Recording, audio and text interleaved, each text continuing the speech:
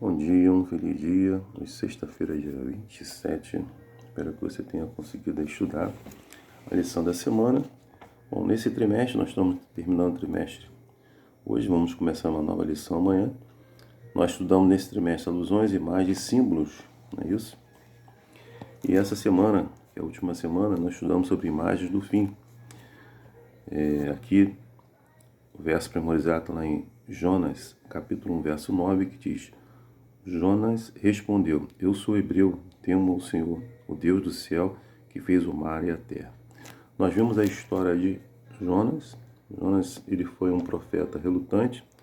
Deus pediu para que ele pudesse ir em Nínive para pregar a palavra de Deus, mas ele simplesmente ignorou o que Deus havia falado com ele. Entrou num barco e foi para Tarsis. E ali nós conhecemos a história essa semana também, que esse barco, Deus mandou ali tempestades, ventos, e começou ali a balançar, né? E os marinheiros ali preocupados, né, começaram a jogar algumas coisas no mar e depois depararam com Jonas ali, tudo aquilo ali dormindo, foram acordar e ali ele descobriu que aquilo tudo que estava acontecendo era por causa do profeta Jonas, que tinha fugido de uma missão. E eles, relutantes aqui para se iam jogar ele no mar ou não, eles tentaram de tudo, mas infelizmente eles tiveram que jogar ele no mar. Ele foi engolido por um peixe, ficou 3 dias, 3 noites, né? Ali ele ora a Deus e Deus, né, joga Jonas fora do peixe, na boca do peixe, e ele vai cumprir a sua missão. Não é isso? Nós aprendemos aí que devemos escutar a voz de Deus, né, estar atento à voz dele e fazer aquilo que ele nos pede, né, que é pregar a mensagem. Não devemos ser relutantes, devemos pregar a mensagem a todo mundo nessa geração. Uma mensagem de arrependimento, de salvação, de mostrar quem é Cristo, não é isso? E aí, quando Jonas vai cumprir a sua missão, ele começa a pregar lá na cidade de Nínive. Nós vimos que o povo se arrepende de tudo que tinha feito. Jonas fica chateado porque ele acha que aquele povo era muito malvado, que eles mereciam serem mortos e não ter uma oportunidade, né? Nós aprendemos também que a obra de arrependimento é uma obra do próprio Deus, né? Quem deve julgar é Deus. Então, se o Espírito Santo trabalhou no coração daquele povo, ou trabalha no seu coração, no meu coração, no coração de qualquer outra pessoa, sendo ela boa, sendo ela ruim, não importa. Se aquela pessoa se arrependeu, né, Cristo, né, aceitou a Cristo, aceitou a graça dele, automaticamente aquela pessoa vai ter, né, o galardão da salvação da vida eterna em Cristo Jesus, né? Não devemos escolher a quem pregar. Devemos pregar para todo mundo nessa geração. Seja pessoa boa, seja pessoa ruim, devemos pregar. E deixar a obra, né, de salvação e de graça e de misericórdia nas mãos de Deus. Nós só devemos ir, fazer o id e pregar a palavra, né?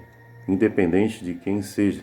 E se o povo, e se a pessoa se arrepender, glória a Deus, porque ele ouviu a voz do Espírito Santo e se arrependeu, né?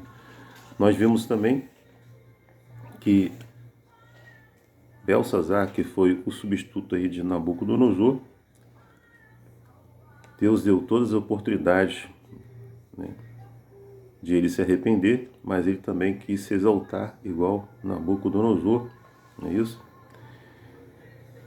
Ele havia presenciado aí o que tinha acontecido com Nabucodonosor, mas pereceu por sua decisão de afrontar a Deus, não é isso?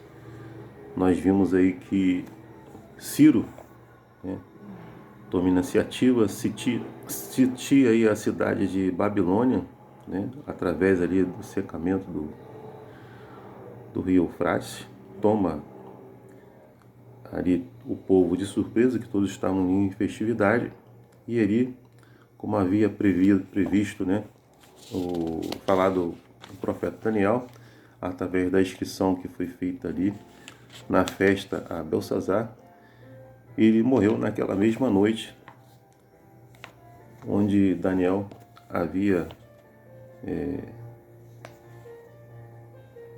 na escritura que havia sido colocada ali na parede, por uma mão, Deus avisando ali a Belsazar o que ia acontecer.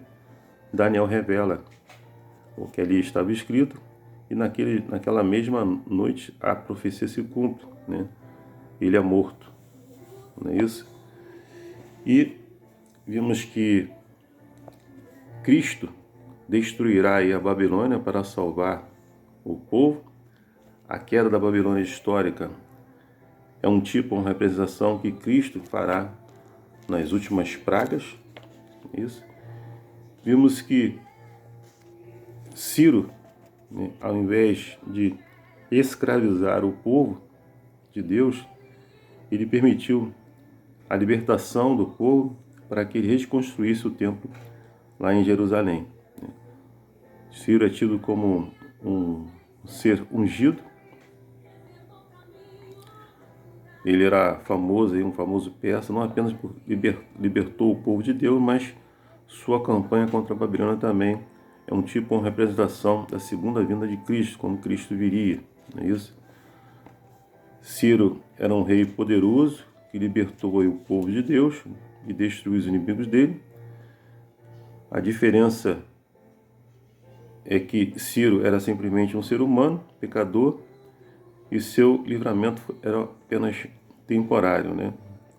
O Espírito de Deus, né, se apossou ali, né, despertou Ciro, e que esse Espírito desperte eu e você também, né, para levarmos a palavra. Vimos também que Deus pode utilizar qualquer pessoa para que a sua palavra seja cumprida, assim como ele despertou Ciro, ele pode despertar qualquer pessoa para que a sua palavra seja pregada e tenha um alcance e as suas profecias sejam cumpridas. Nós vimos que ao longo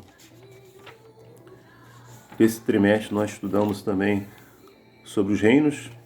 Babilônia, dominada aí pelo Medo-Pérsia, lá em 539 a.C. Depois, Médio-Persa foi dominada pela Grécia, no ano 331 a.C. Depois vimos a Grécia, que foi dominada aí por Roma, no ano 168 a.C. E essa Roma se dividiu aí, formando a Europa, né? Isso no ano de 476 depois de Cristo, não é isso? Nós vimos que em Babilônia nós tínhamos aí o Nabucodonosor e depois Belsazar.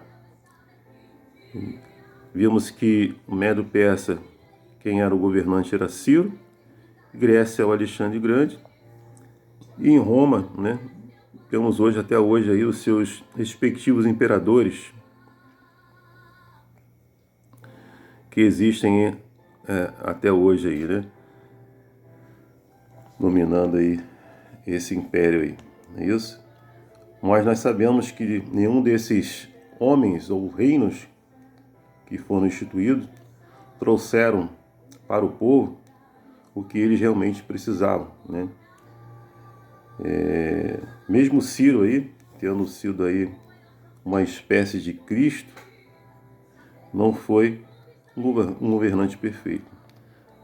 Então nossas expectativas, a minha, a sua, de cada um de nós, não devem estar depositadas neste governo, o governo deste mundo, né?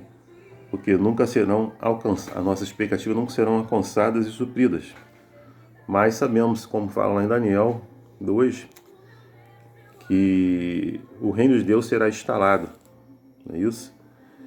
E só esse reino, o reino de Deus, vai trazer para a gente paz, tranquilidade, não haverá mais choro, morte, né? Pranto. Então é esse reino que eu e você temos que nos preparar a cada dia, né? E levar a mensagem para que outras pessoas venham conhecer desse reino aí que vai ser instalado, para que haja salvação e vida eterna em Cristo Jesus. Que Deus te abençoe e te dê aí uma sexta-feira abençoada para você e para sua família. Meu desejo e minha oração. Amém.